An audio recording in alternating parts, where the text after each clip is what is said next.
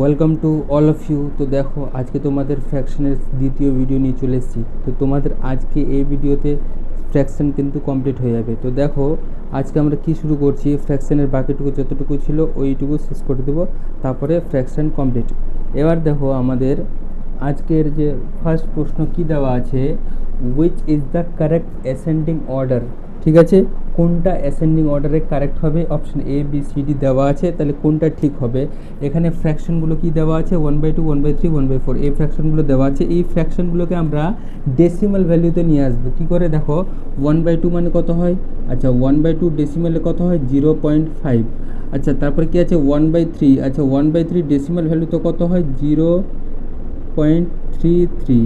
ঠিক আছে, আর একটা কী আছে 1/4, আচ্ছা 1/4 ডেসিমাল ভ্যালুতে কী হবে 0.25।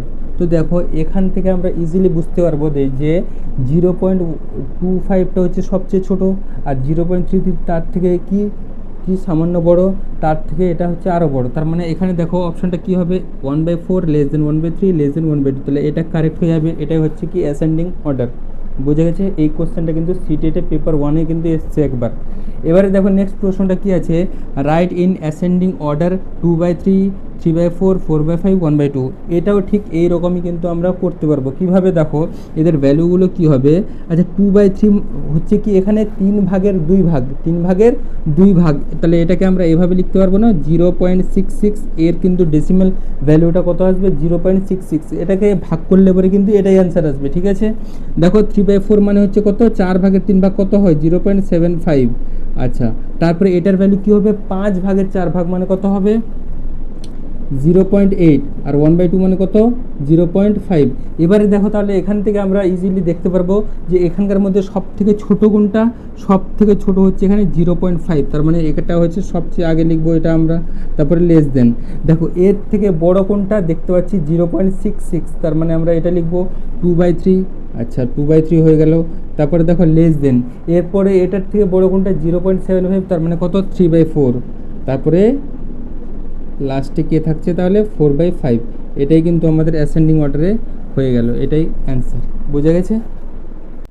এবারে দেখো আমাদের নেক্সট অঙ্ক কী দেওয়া আছে, এখানে কি দেওয়া আছে কি রাইট ইন অ্যাসেন্ডিং অর্ডার।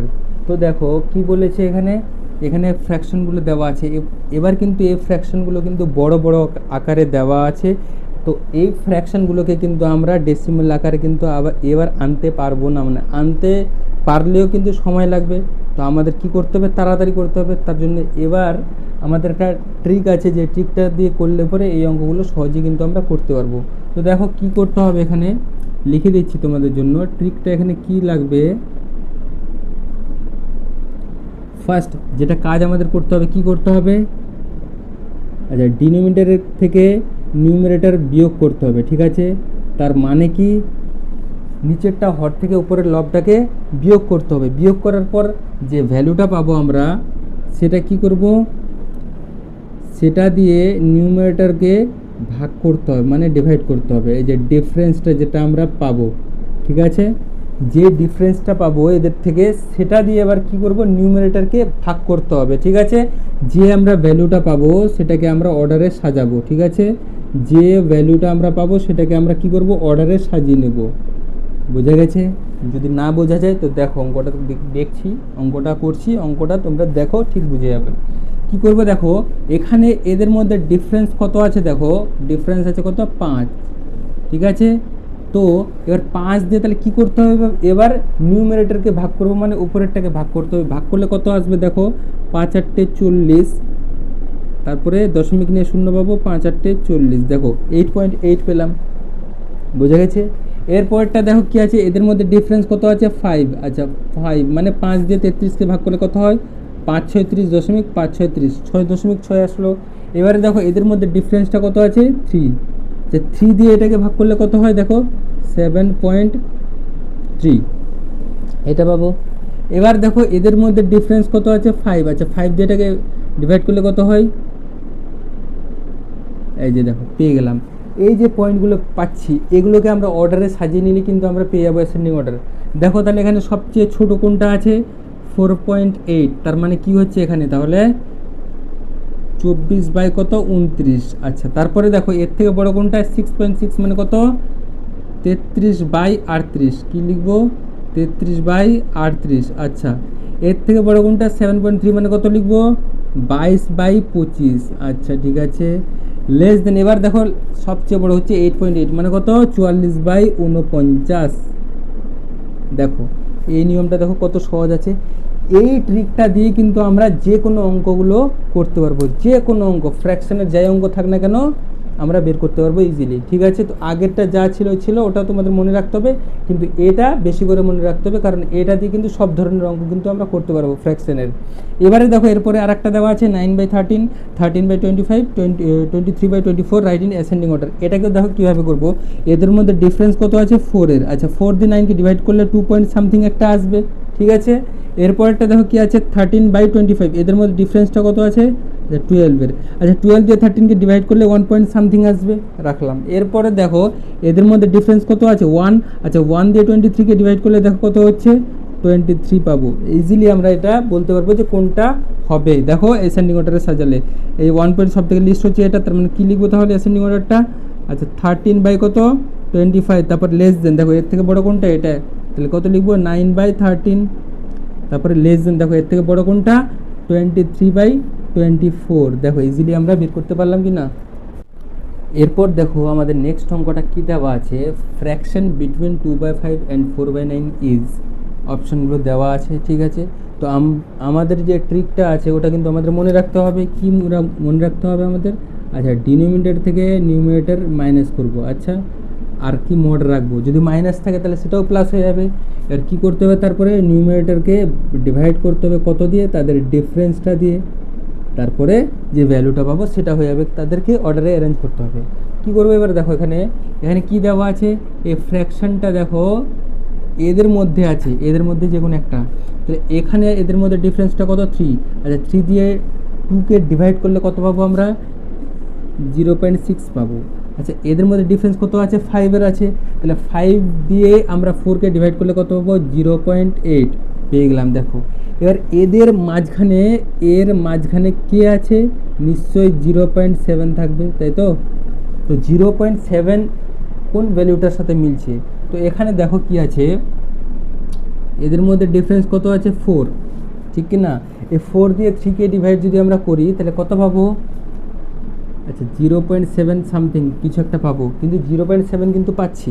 তাহলে দেখো এটা মোটামুটি ঠিকের দিকেই আছে অ্যান্সারটা। এবার এখানে দেখো এদের মধ্যে ডিফারেন্স কত? 1। আচ্ছা, 1 দিয়ে 2কে ডিভাইড করলে কত পাবো? 2 পাবো, ক্যান্সেল। এখানে এদের মধ্যে ডিফারেন্স কত আছে? 3। 3 দিয়ে 4কে ডিভাইড করলে আমরা 1 পয়েন্ট সামথিং পাবো। তারপরে দেখো এখানে এদের ডিফারেন্স কত? 2। তাহলে এখানে কত পাচ্ছি আমরা? 2 দিয়ে 1কে ডিভাইড করলে কত পাবো? 0.5 পাবো, তাই তো? তো এখানে আমরা অ্যান্সারটা পেয়ে গেছি। অ্যান্সারটা হচ্ছে কত? Option A, 3/7। ঠিক আছে, এরপরটা দেখো অঙ্কটা কী আছে? If a equals to -3/4 and b equals to 5/6, then which of the following does not lie between a and b? মানে a and b এর মধ্যে লাই করছে না এমন কোনটা ফ্র্যাকশন আছে এদের মধ্যে? a b c d এর মধ্যে কোন ফ্র্যাকশনটা? দেখো এটা কিন্তু এই অঙ্কটা এই নিয়মেও হবে, আর আগের ফ্র্যাকশনের যেটা নিয়মটা ছিল আগে, যেটা আমরা ইজিলি আমরা করছিলাম সেটা নিয়মে হবে, যে কোনো একটাতে করলেও হবে। তো দেখো আমরা কি করছি এখানে যদি আমরা ভ্যালুটা বের করতে চাই, -3/5 কত হয়? আচ্ছা, -3/4 এর ভ্যালুটা কত হবে? -0.75। ঠিক আছে, আর 5/6 এর ভ্যালুটা কত হবে? আচ্ছা, 5/6 এর ভ্যালুটা যদি আমরা বের করতে চাই তাহলে এটা হবে 0.83। ঠিক আছে, তাহলে দেখো নিশ্চয়ই এই ভ্যালু আর এই ভ্যালুর মধ্যে লাই করবে না। তাহলে কোনটা ফ্র্যাকশন হবে? দেখো এখানে যদি আমরা এটার ভ্যালু বের করি তাহলে কত হবে? -0.4। তাহলে এটা তো নিশ্চয়ই এদের মধ্যেই আছে, তাহলে এটা না।